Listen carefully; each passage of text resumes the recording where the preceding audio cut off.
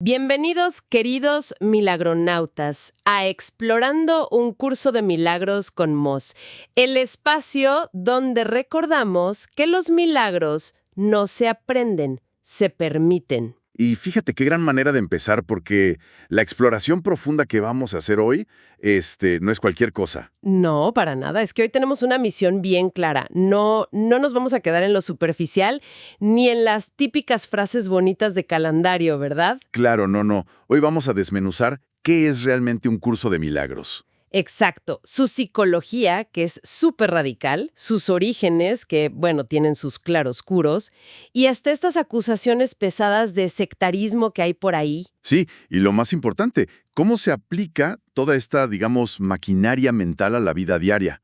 Porque para hacer un análisis verdaderamente objetivo, nos echamos un clavado en una pila de documentos fascinante. Uf, sí, revisamos de todo. Detido. Analizamos ensayos históricos de Ken Wapnick de la Fundación para la Paz Interior, las guías de estudio del Circle of Atonement y, reflexiones más prácticas de profesores como José Ricardo Fuentes y María Felipe. Ajá, y no nos quedamos ahí, porque también nos metimos a los foros de Reddit. Uy, los debates en Reddit. Sí, intensísimos. Vimos desde la perspectiva del cristianismo ortodoxo hasta el misticismo moderno. Y claro, el reporte de Martín Merayo sobre los peligros de las sectas. Así es, porque hay que adelantar algo, y es que este no es un texto espiritual común y corriente. Para nada. O sea, es un sistema de pensamiento psicológico radical que ha vendido millones de copias, ha provocado batallas legales por derechos de autor y, bueno, ha sido acusado de ser desde un engaño de la nueva era hasta un experimento de la CIA. Haz de cuenta, una locura. Pero a ver, vamos a desenredar este nudo paso a paso. Para los que ya conocen un poco, la anatomía del libro es muy clara, ¿no? Sí, tiene una estructura tripartita. Un texto teórico, un libro de ejercicios. Con las famosas 365 lecciones diarias. Exactamente, una para cada día. Y un manual para maestros. Y todo esto se sostiene sobre una premisa central que viene en el prefacio, que dice, nada real puede ser amenazado, nada irreal existe. Uf, qué fuerte suena eso. Pero el curso a veces intimida, o sea, su diseño no es poesía suavecita, es un currículum muy rígido. Es que esa lección de formato tiene un propósito psicológico bien interesante. El texto le habla al ego humano. Y el ego es súper defensivo, súper analítico. Claro, siempre quiere tener la razón. Exacto. Entonces, si el mensaje llegara en forma de un cuento dulce, el ego diría, ah, qué bonito, y lo descartaría. Lo ignora por completo. Sí, lo ignora. Por eso Robert Perry, del Circle of Atonement, tiene una metáfora visual buenísima sobre la visión social del curso. Ah, la del desierto, ¿no? Esa mera. Él dice que todos percibimos el mundo como si fuera un desierto calcinado, lleno de odio y separación, y andamos por ahí vagando sedientos. Y sintiéndonos amenazados por todos. Totalmente. Y ahí es donde entra el milagro, que no es volar ni levitar. Es cuando una mente elige perdonar. En ese instante, el desierto se convierte en un oasis, un jardín donde ya no hay jerarquías y todos caben. Ok, vamos a desempacar esto, porque suena hermoso, pero ¿te ha pasado que perdonas con la boca, pero por dentro sigues en guerra? Uy, sí, clásico. El famoso te perdono pero no olvido. Ándale, o sea, el desierto sigue ahí y nada más le pintamos unas palmeras. Sí. Y lo fascinante aquí es que, según el curso, el perdón verdadero no es un acto de superioridad moral.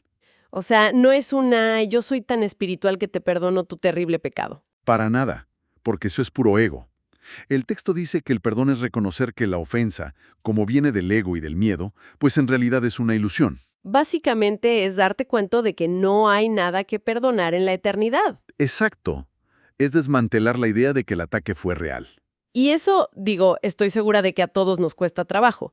El curso dice que el miedo no es real, pero inténtalo recordar cuando estás en medio de una discusión. Es dificilísimo. El cerebro te hace cortocircuito. Totalmente. Y más ironía da cuando ves cómo llegó este libro al mundo. O sea, sus orígenes son de película. Sí, la historia de Helen Schucman y Bill Tedford entre 1965 y 1972. Dos psicólogos clínicos freudianos en la Universidad de Columbia.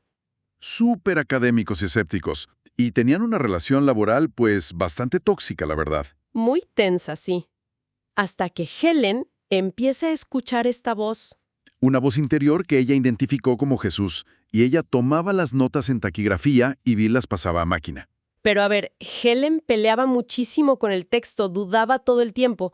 Y eso me encanta porque demuestra que ser, digamos, un canal espiritual no te quita mágicamente las trampas del ego. No, para nada. De hecho, Ken Wapnick, en sus ensayos sobre el Urtext, que es este primer manuscrito original, explica cómo el material al principio traía muchísimos sesgos de Helen. Sesgos muy humanos, claro. Sí, Wapnick usa una analogía buenísima, la de las tuberías oxidadas. Ah, me encanta esa. Haz de cuenta que abres una llave vieja. A Helen que su audición estaba oxidada por el miedo. Y ese lodo eran, por ejemplo, sus elogios a Freud o su rechazo a Carl Jung porque le caía mal. Sí. O visiones rarísimas sobre el sexo y hasta menciones del psíquico Edgar Cayce, nada más porque Bill andaba leyendo de eso en esos días. Pero luego la tubería se limpia. Se limpia y el texto empieza a fluir, fíjate, en pentámetro yámbico. O sea, con la métrica de Shakespeare. Exactamente. Como Helen era fanática de Shakespeare, la voz usó ese ritmo familiar para anestesiar un poco sus defensas intelectuales y que la información pudiera pasar. Qué brillante táctica, la verdad.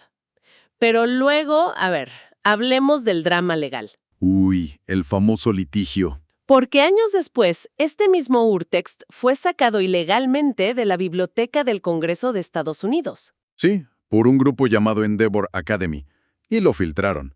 Se desató una batalla legal tremenda sobre los derechos de autor. O sea, gente estudiando un curso sobre la paz absoluta y el perdón, demandándose en cortes federales por los derechos comerciales. Es la máxima ironía del ego. Y bueno, toda esta complejidad ha hecho que el material genere opiniones pero tan divididas a lo largo del tiempo. Sí, atrayendo a gente que busca paz, pero también a críticos durísimos. Y aquí es donde entran las fuentes que revisamos para reportar esto de forma súper imparcial. Claro. En Reddit, por ejemplo, en la comunidad de cristianos ortodoxos, el rechazo es total. Ajá. Y es comprensible desde su visión, ¿no? Totalmente. Ellos señalan, y con justa razón desde su doctrina, que el curso niega la realidad material y el concepto del pecado. Y de hecho, de manera neutral, Ken Wapnick siempre admitió que el curso es incompatible con leer la Biblia de forma literal. Claro, son caminos distintos. Y en el otro extremo, en foros como el de Ram Dass, lo ven como una guía mística increíble. Sí, lo abrazan por completo. Pero luego están las teorías de conspiración. Ah, no, esas están de locos. Las que dicen que fue un experimento de la CIA. El proyecto MK Ultra sugieren que fue diseñado para alejar a la gente del cristianismo tradicional y hacerlos dóciles. A ver, usando un poco de lógica, ¿por qué la CIA haría un texto que te empodera para no depender de jerarquías externas? No tiene sentido. Exacto. Es contradictorio. Pero bueno, la teoría circula. Ahora, pasando a críticas más tangibles. Revisamos el video de Martín Merallo. Sí, y aquí es donde se pone realmente interesante. Si el libro habla solo de amor, ¿cómo termina siendo usado para manipular? Es una pregunta clave. Merallo analiza si el curso es una secta, y la conclusión es que el libro no es una secta, es papel. Pero advierte sobre líderes o grupos como algunos que salieron de la Endeavor Academy. Donde usan el texto para aislar a la gente. Exacto. Líderes como el autodenominado Master Teacher, que exigen dinero, aíslan a los seguidores de sus familias o promueven sacrificios. O sea, el clásico abuso narcisista disfrazado de espiritualidad. Así es. Pero lo interesante es que un curso de milagros, en sus propias páginas, ataca ese comportamiento sectario. Claro, porque dice que maestro y alumno son iguales. Totalmente.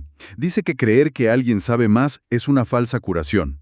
Critica la religión institucionalizada y dice que el maestro verdadero busca hacerse innecesario. Para no generar dependencia, y hasta prohíbe explícitamente negarle ayuda a alguien porque no tiene dinero.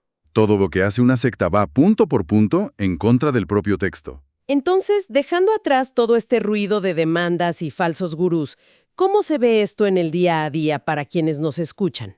Pues mira, la clave es lo que el libro llama el maestro interno. El Espíritu Santo. Exacto. Y las guías de estudio recalcan que esto es un curso de autoestudio. O sea, no necesitas intermediarios. Y algo que me gusta mucho que mencionan José Ricardo Fuentes y María Felipe es que no tienes que irte a un monasterio. No, ni cambiar tu vida exterior, ni tu trabajo. El cambio es pura y exclusivamente de actitud.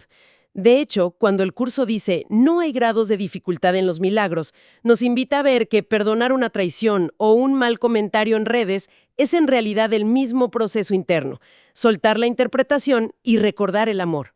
Es un desafío para el ego porque el ego te dice, a ver, esto es imperdonable, esto requiere un milagro nivel 100. Y el curso te dice, no, el mecanismo mental es el mismo. Sí, proyectamos nuestra culpa o miedo en esa pantalla del mundo y creemos que el mundo es la causa de nuestro enojo. Y eso me lleva a preguntarme, o más bien a preguntarle a la comunidad, ¿y si la verdadera práctica espiritual no es cambiar el mundo, sino cómo lo interpretamos? ¡Wow! Es que, si conectamos esto con el panorama más amplio, el curso no te pide que te vuelvas apático o que dejes de actuar en el mundo. No te dice que te dejes pisotear, claro. Para nada. Lo que pide es que dejes de actuar desde el sistema de pensamiento del ego. ¿Desde el ataque o la escasez? Exactamente. Que tu respuesta venga de la paz, no de resentimiento. Eso me recuerda a una frase del curso, no estás enfadado por la razón que crees. ¿Y cuántas veces eso cambia todo? Cambia toda la perspectiva, ¿sí? Porque igual estás furioso por el tráfico, pero en el fondo estás proyectando un miedo súper antiguo a no tener el control. Y fíjate, para dejar a los que nos escuchan con algo para reflexionar en casa, hay una idea fascinante en el curso que no habíamos tocado hoy. A ver, cuéntamela. El texto afirma que su propósito principal es simplemente ahorrar tiempo. Ah, caray, ¿cómo que ahorrar tiempo? Sí, introduce la idea superaudaz de que este viaje de sanación espiritual, en la eternidad, en realidad ya concluyó. O sea que ya estamos del otro lado. Haz de cuenta. Dice que solo estamos repasando mentalmente un guión que ya terminó. La única decisión que nos queda es si queremos experimentar ese repaso desde el miedo o desde el amor. ¡Qué locura! O sea, el final ya está garantizado y solo estamos eligiendo cómo ver la película. ¡Qué paz da pensar así! Bastante. Es una invitación enorme a soltar. Totalmente. Pues, ¿qué viaje nos echamos hoy? Esto fue Explorando un curso de milagros con Mous, un espacio para recordar juntos que el amor sigue siendo la respuesta. Sin duda alguna. Si esta reflexión te ayudó a ver las cosas con más paz, suscríbete al canal, compártelo con otros milagronautas y recuerda siempre, primero tu paz y después lo demás.